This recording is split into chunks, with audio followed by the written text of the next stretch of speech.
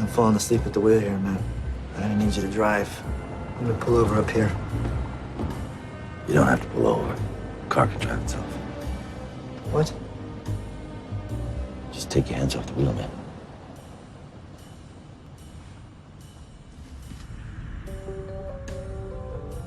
So then we were scrolling through, and I looked for The Nice Guys. Once again, Netflix, can you make my year and get The Nice Guys? Starring Russell Crowe and, Jesus, how could I forget this guy's name? The guy from Drive. The guy from La La Land. I'll remember it later. I always... The fuck is his name? He's fucking hilarious in that movie, too. I didn't know it could do that. Where you been, man? Every car can do this. Yeah, Marge, where the fuck have you been, man? Idiot, you didn't know that? You fly everywhere, you don't even drive. What do you know? You know, fuck this. Hang on a second. I'm going to hit pause. I got to get this guy's name. Sorry, Ryan Gosling. They're fucking hilarious in that movie. Ryan Gosling's hilarious. Russell Crowe is hilarious. It's such an underrated comedy, and it reminds me of one of my favorite comedies of all time, Midnight Run. As far as I feel like the comedy, so much of it, their reactions and the way they're doing things. He doesn't like to fly.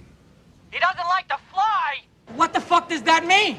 Listen to me, Jack. You gotta be back here in less than 2.5 fucking days. $500,000 of my money. What the fuck is going on there? Eddie, I swear to God, don't start with me now, or I will shoot him and I will dump him in a fucking swamp. It comes from a real place.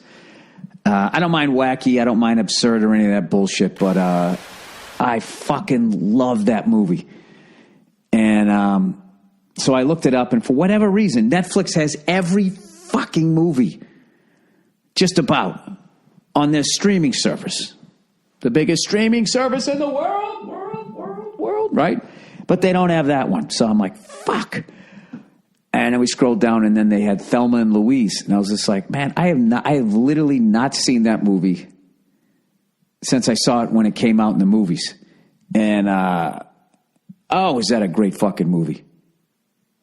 Fucking great goddamn movie. And it still holds up. And now with all this Me Too shit, you watch it now, and it's more relevant than ever. And every guy in there is just this piece of shit hitting on him. Like the guy who plays Gina Davis's husband, Christopher McDonald. He fucking steals every scene that he's in. Like, you gotta watch it again. When they tell him that his wife might be involved in a murder, he just goes, "What? Wait, what?" And we have reason to believe that your wife was the other occupant of that car. What? What? What? Just the way he does. I'm butchering it. He's fucking hilarious in that movie. And we watched it. In the end, I don't want to ruin the ending for people who haven't seen it, but anything that is a little nod to Vanishing Point, you got to love that. Have you ever seen Vanishing Point? That's one of the first anti-hero. It was during that, not the first, but during that era of the anti-hero. Like up until then, I guess with movies and shit, it was always the guy with the white hat, and who's kidding who? The white skin was always like the fucking hero. He was always trying to do the right thing. He didn't rob, he didn't steal, and he was a fucking hero. And if you stole and you were a piece of shit, you wore the black hat. You were the bad guy. You know what I mean? Yeah, well, if she calls, just be gentle. Like you're really happy to hear from her. Like you really miss her. Women love that shit. Okay, if you say so.